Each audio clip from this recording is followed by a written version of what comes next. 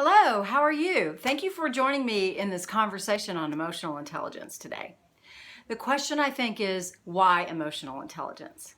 Well, emotional intelligence actually assists businesses with doing business better.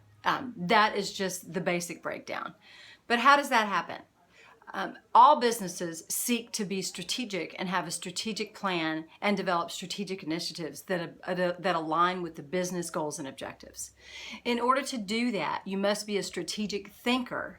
And to become a strategic thinker, you really need to be flexing and working on your emotional intelligence, or what we call your emotional quotient.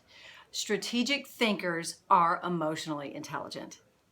In addition to that, there are initiatives in businesses for leadership development. Sometimes that is for existing leaders that are at higher levels, at the executive level, and they need to work on some leadership skills. And other times it's a matter of developing a high potential program because there are managers and directors that you want to groom for the potential executive level. And this often is because of the succession planning initiative within the organization. And that succession plan can be in place for many reasons. However, it's really crucial to understand emotional intelligence, to be emotionally aware and be aware of the emotions of those around you if you plan to go into the path of becoming an executive leader. So it is really important for you to build upon your emotional intelligence skills and flex the muscles of your emotional quotient. In addition to that, a lot of organizations are initiating diversity and inclusion efforts. In those diversity and inclusion efforts, the goal is to recruit diverse populations, but not just recruit them, but to retain them. In order to retain diverse populations, you must engage and involve them.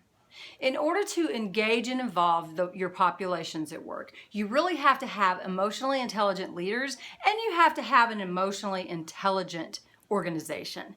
So if organizations lead with emotional intelligence, then you're more likely to have an environment that welcomes diverse populations and actually engages and involves those diverse populations so that they become inclusive.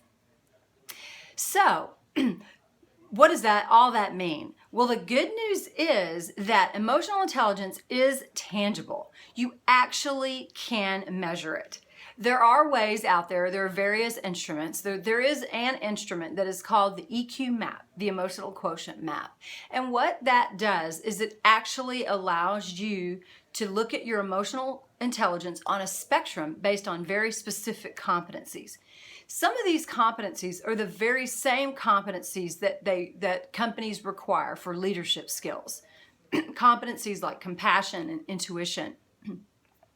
So it's really, really crucial that whether you're looking to align strategy with your business goals and objectives, whether you're trying to develop leaders in your organization, or whether you're focusing on a diversity and inclusion initiative, to understand and be able to develop your own emotional intelligence and help the organization become emotionally intelligent.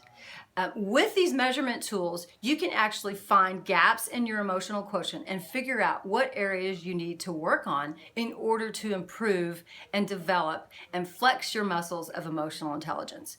The good news is that everyone is emotionally intelligent and everyone has an emotional quotient. We just need to understand what it is and how we can use it to our advantage and to the advantage of the organization.